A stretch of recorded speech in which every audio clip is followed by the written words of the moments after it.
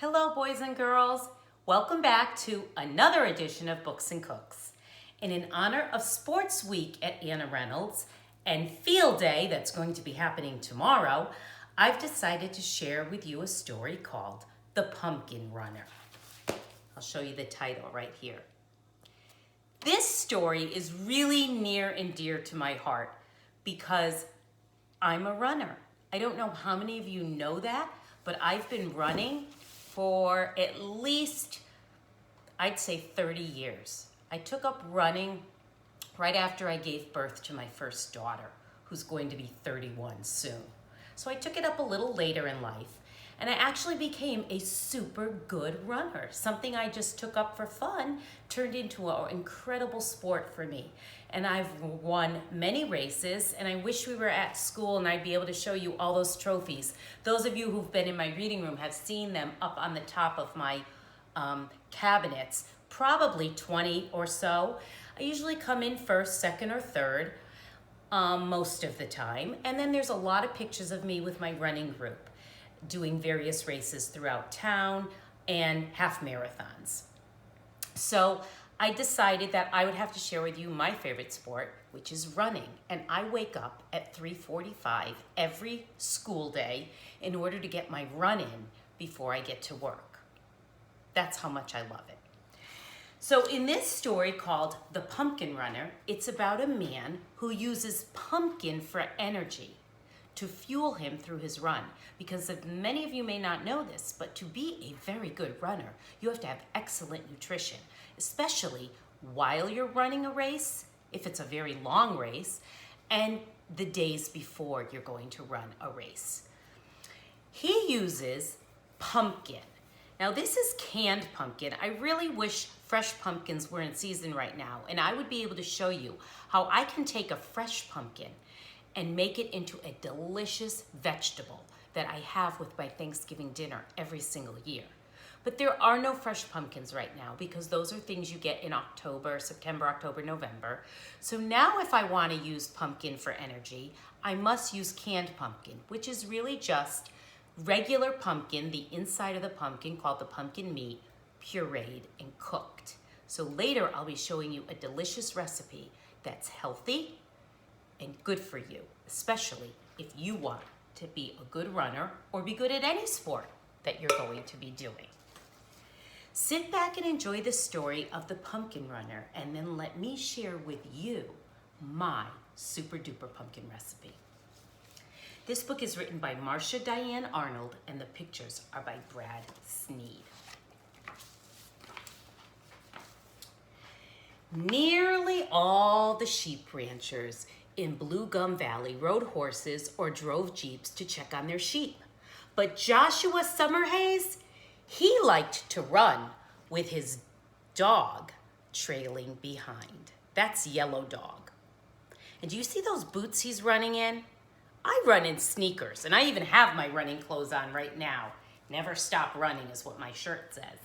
And I always run in lightweight clothing and lightweight sneakers because I don't want to add more weight to my legs when I'm running, but he doesn't seem to care. He's running in overalls, which are super duper heavy, and these boots that he calls gum boots. I don't have exact gum boots, but I have boots that look similar to it. They look like this. They're my husband's old work boots that he uses when he's doing the lawn outside. So he was running in something similar to this. Very, very heavy and very, very clunky. And that's hard to do. You have to be a super athlete to be able to do that. Joshua had been running for 50 years, ever since he was 10 years old. So do the math, he's 60 now. That was the year his family planted a pumpkin patch behind their clapboard ranch house where the sun sparkled through the eucalyptus trees near Blue Gum Creek. When the pumpkins has grown as round as a wombat's belly, young Joshua would stop by and enjoy a golden slice. He would actually eat the pumpkin raw and uncooked. I have never done that. I will usually cook it first. Because he felt such energy from the sun-filled pumpkins that he pulled on his orange gumboots, shuffled a dance in the dusty earth, and took off running with the great-great-great-grandfather of Yellow Dog trailing behind him.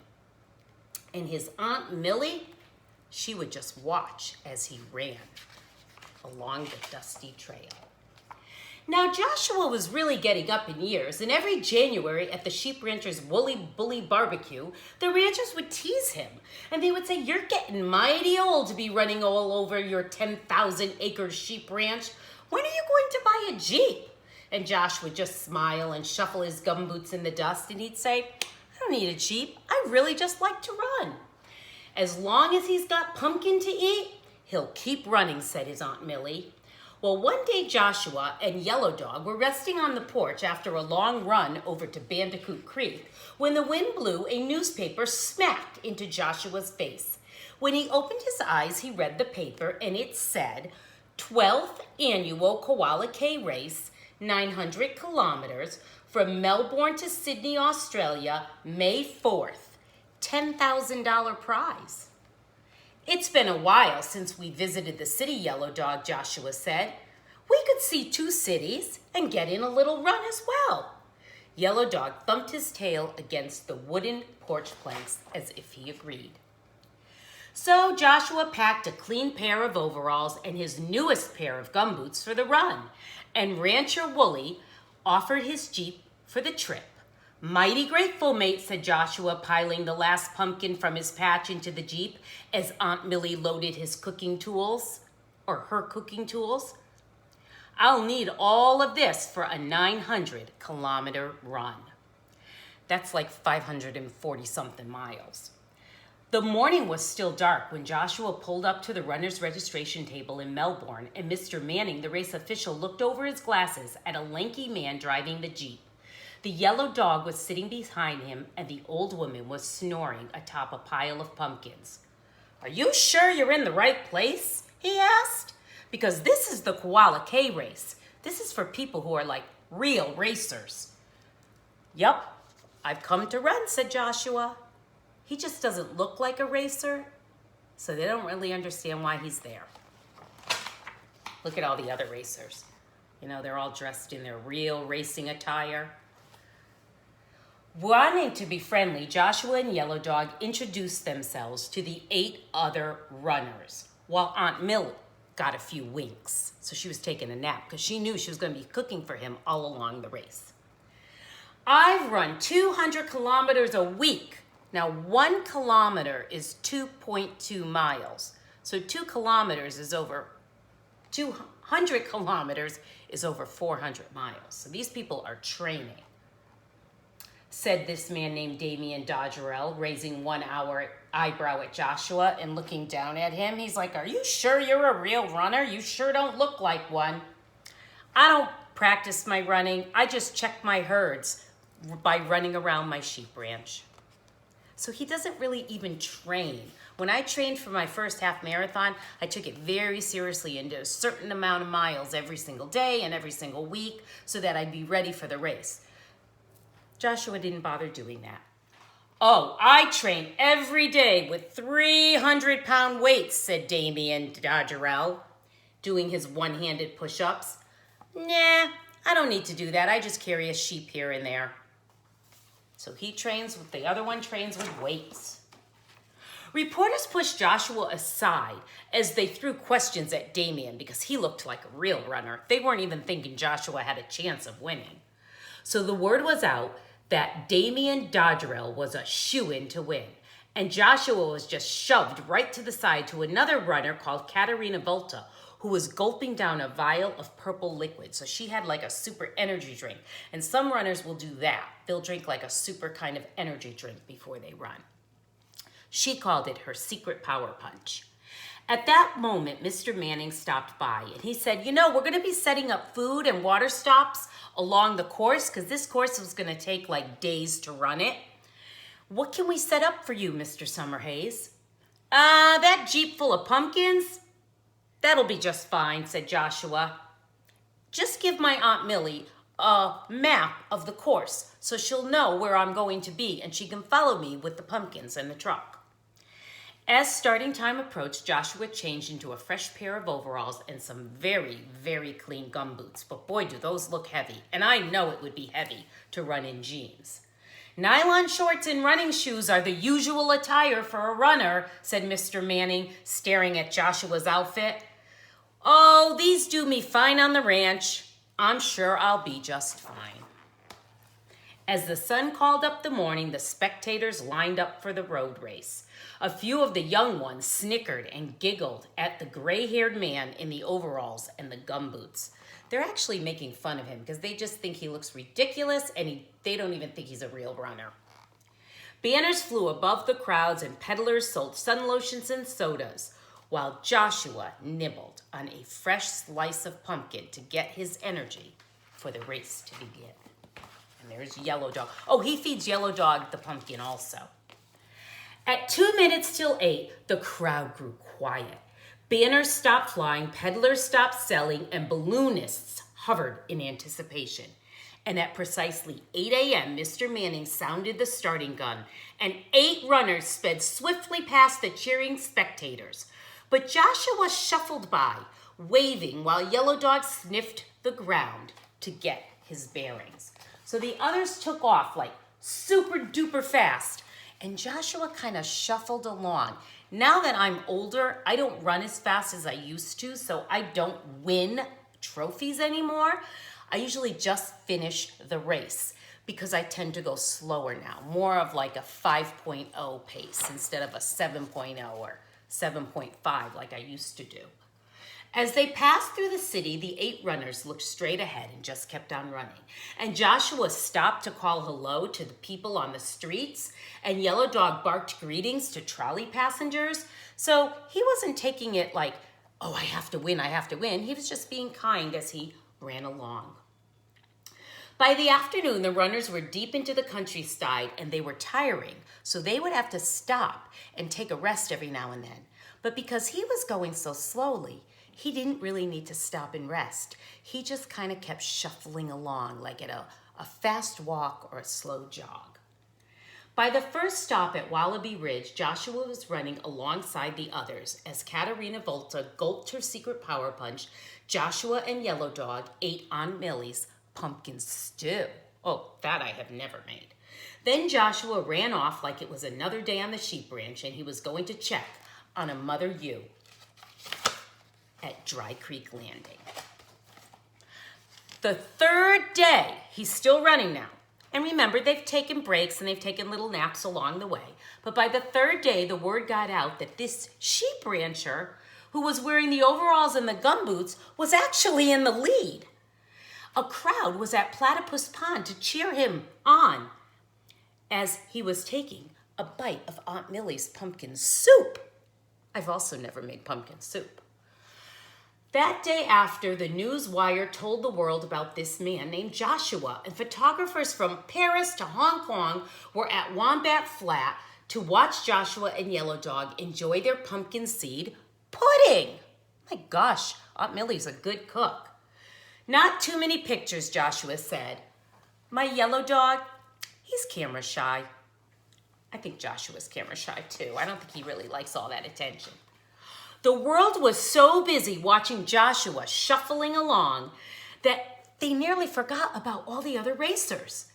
But Damien Dodgerell, the one who was lifting those weights, he had not forgotten about that $10,000 prize, and he wanted it. So when one of the balloonists dropped down to make some repairs, he made a deal with them. And he said, if you pick me up in your balloon and set me down on the other side of Wattle Grove so I don't have to run there, I'll split half the money with you when I win. And just as the balloon was about to settle down, and the balloonist agreed to the cheating.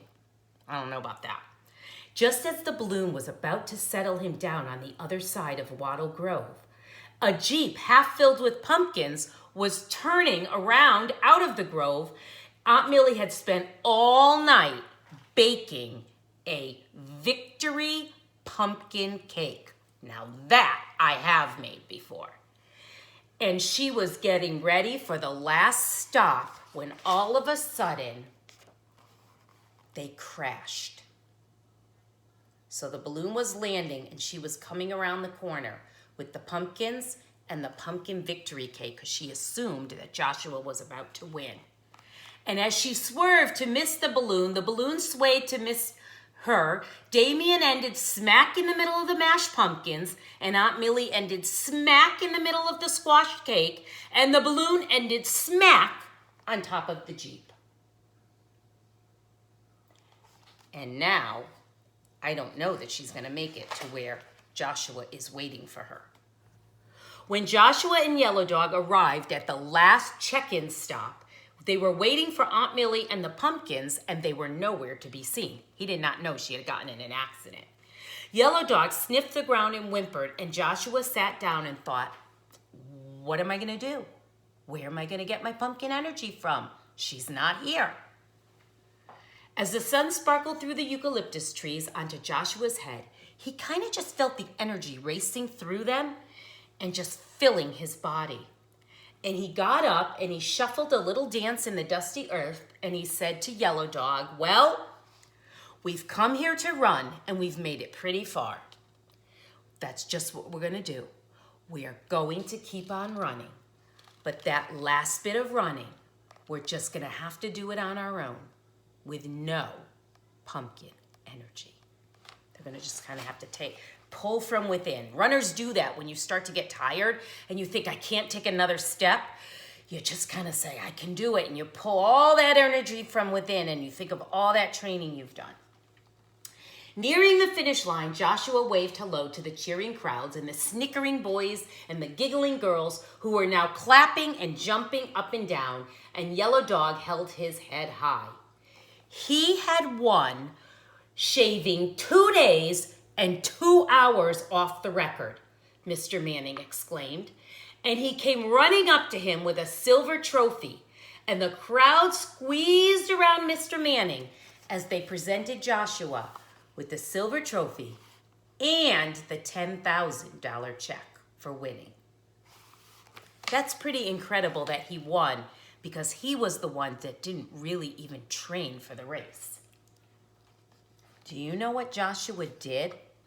He split the winnings with all the other runners, even Damien Dodgerell, the one who cheated.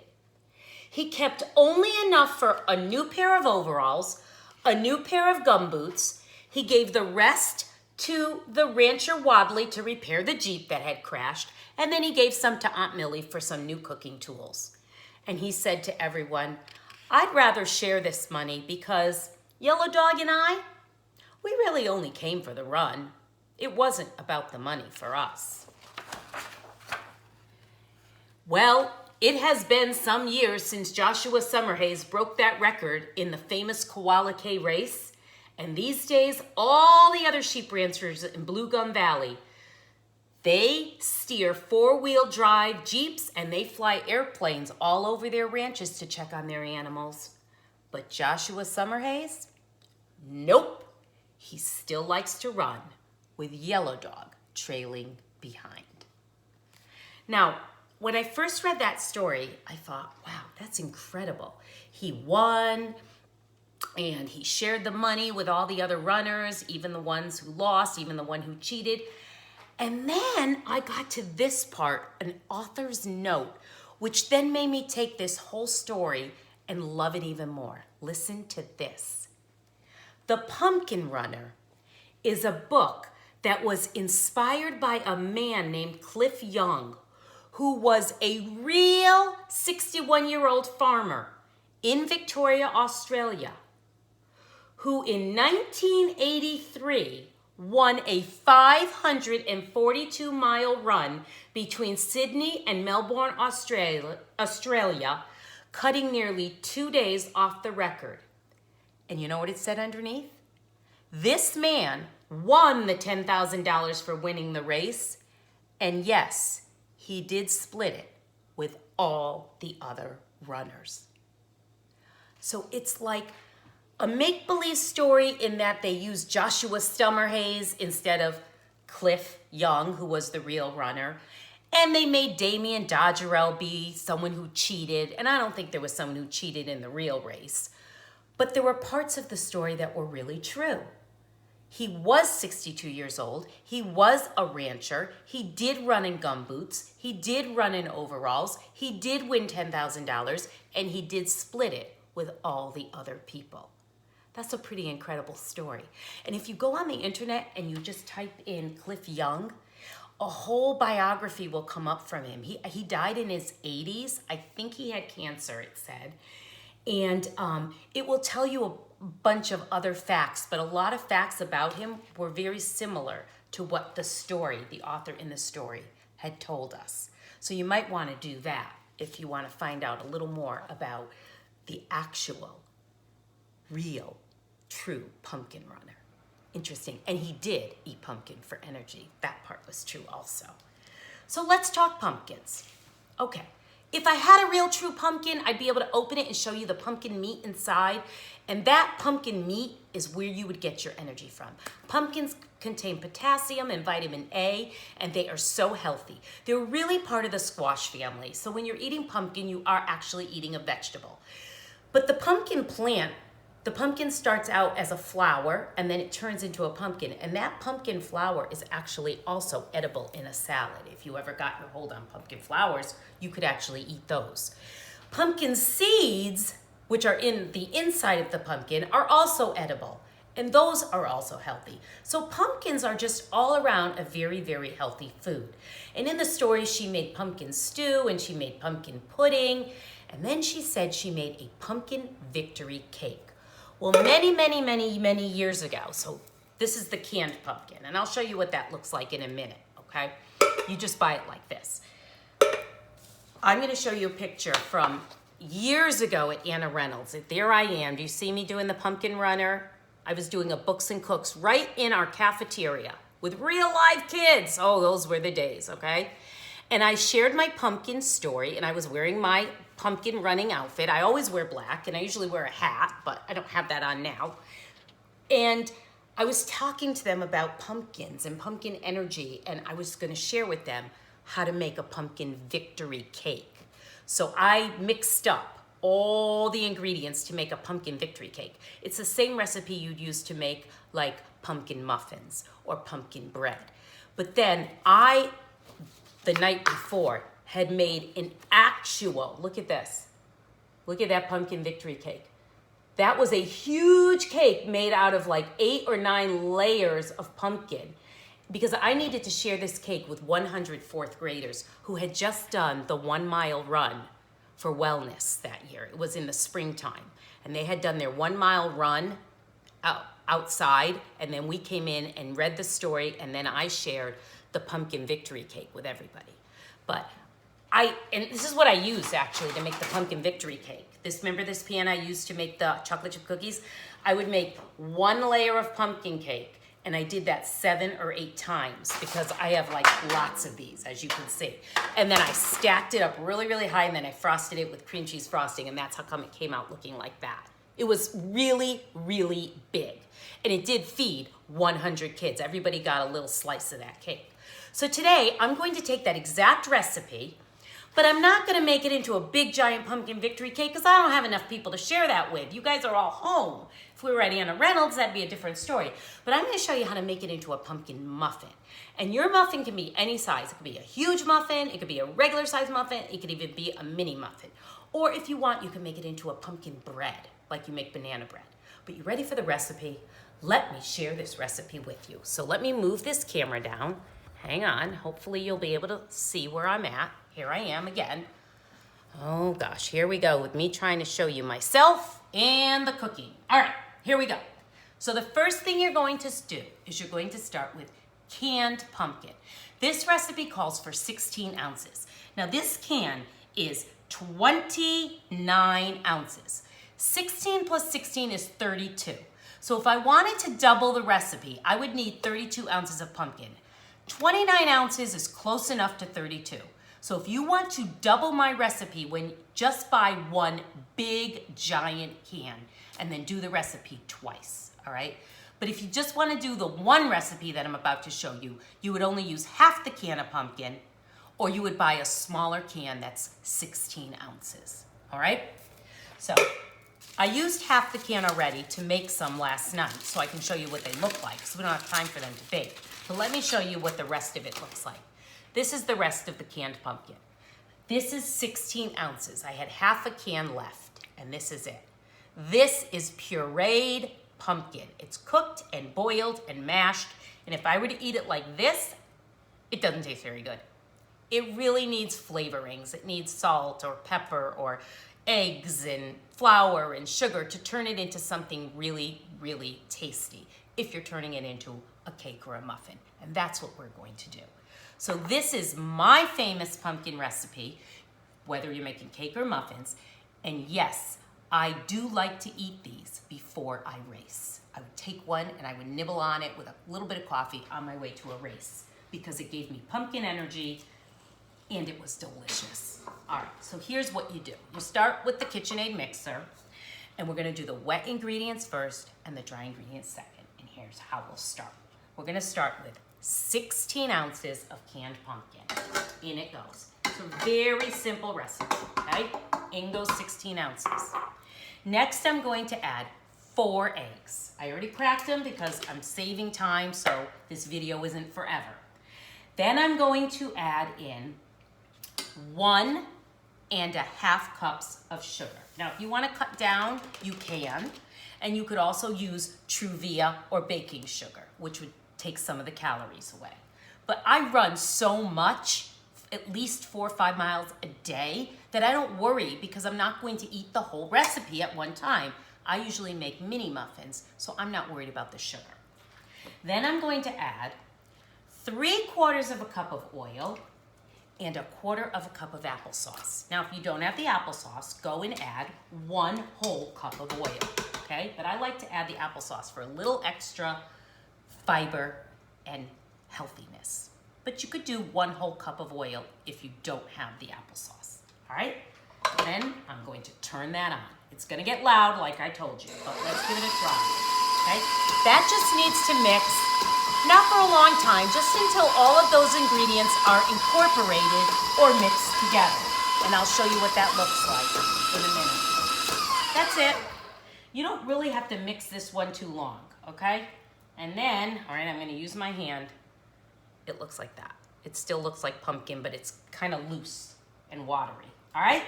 Now comes the dry ingredients. 2 cups of flour, and I'm using whole wheat baking flour because why not? Use whole wheat. That'll make it even more fiber and make it a little more healthy. But if you just have regular flour, use regular flour, okay? 2 cups. And then you're going to add in 1 teaspoon of baking powder, 1 teaspoon of salt, 2 teaspoons of baking soda, and 2 teaspoons of cinnamon. And I put all of that already into this cup right here, okay? Measured it all. Those are my dry ingredients. I mean, how simple was that? Then I'm gonna turn it on low to get it started like I showed you before. Start turning it up a little bit more. Try not to make it puff out like I just did because it makes a mess in the kitchen. And then you turn it up and you let it mix. And now if I wasn't in the kitchen, I would have it in my back pantry. I would let that go for about 2 minutes till it got super, super creamy. That's all I'm looking for it to get creamy. But we're gonna pretend for the sake of our show, okay? Because you don't wanna be here forever. We all have things to do tonight. And then it comes out looking like this, okay? Now, if I were to taste it, it would taste very delicious because I can taste the pumpkin, but I can also taste the spices, the cinnamon, the sugar, the egg, the oil. It's just delicious. I mean, you shouldn't eat too much raw egg, so I'm not gonna eat this whole thing. Now's the time where you'd wanna cook it, all right? So after the show's over, I'm gonna mix it a little more before I cook it, but now let me show you what you could do when you want to cook it. Now's your choice. What size do you wanna make this? Do you wanna make a pumpkin victory cake? Start making it into cake pans and get as many as you can, as many layers as you can, stack it, and then frost it with cream cheese frosting or vanilla frosting. You can buy canned frosting, you do not have to make it. Or you could make muffins like I did. So you could start with a regular size muffin tray, all right? And you can put in your muffin liner paper cups. If you don't have these and you just happen to have a muffin tray, spray with a little oil spray each one, a little bit of flour, dust it with flour, and then pour your batter right in there and it won't stick. But this is even cleaner and easier if you have these, and you would fill these with the batter like 3/4 full. I'll show you, I'll do one. Because remember, I still want to mix this just a little bit more, okay? So then what you would do is you would fill up your muffin cup like that, and you would do as many as you can. And I have lots of these trays, so I would make more than 12 usually. And then you bake it at 350 until the muffin is done. The muffin comes out. You can eat it totally plain, or you can put a little bit of frosting on the top, even though it's a muffin. It could be a cupcake or a muffin, however you want to do it, okay? Or you could do it this way. And you could use a tiny, oops, I dropped one here. You could use a tiny muffin pan like this. And you can still use the muffin liner, just use 5 baby ones. And here's where you would make tiny muffins. These are more my favorite because they're like bite size, and you would just fill it like that. And you would fill up the whole tray. I have like 4 or 5 or 6 of these trays. And you would make miniature muffins, still 350. I don't know how many minutes. Just keep your eye on the oven, 5, 6, 7 minutes maybe, until you touch the top of it and it springs back and it's done. These don't really brown very much. Or you could get super creative, because remember, I'm a food artist, let's not forget. And you can always make cake into ice cream cones. Remember, I have the mini one that I did the sweet potato and the white potato in on our very first Books and Cooks. These are called cake cones, or the regular size one. You could then take the batter, and what you do is you actually fill it into the cone.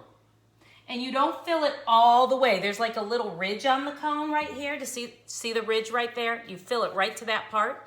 And then it really is best, if you get it on the outside like I just did, wipe it off because you don't want that part. It's best to use these little muffin trays like this to stand your cones up.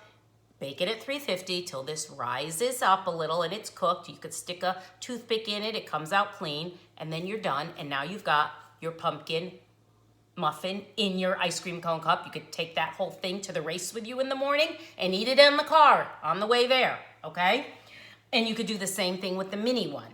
You would just fill it up into the mini one. And let me show you 2 that I've already done. Okay, here's the mini one that I filled with the raw batter, and then when I cooked it, it rose like that. That's cooked, see? Okay. And then here is the bigger one that I did, and see, I put a little frosting on it. I have cream cheese frosting.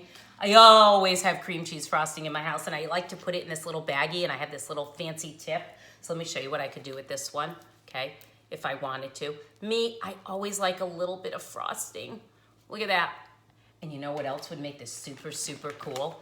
I always have pumpkin seeds because I'm a big salad granola eater, and you use pumpkin seeds in both of those, and then you could top it with pumpkin seeds.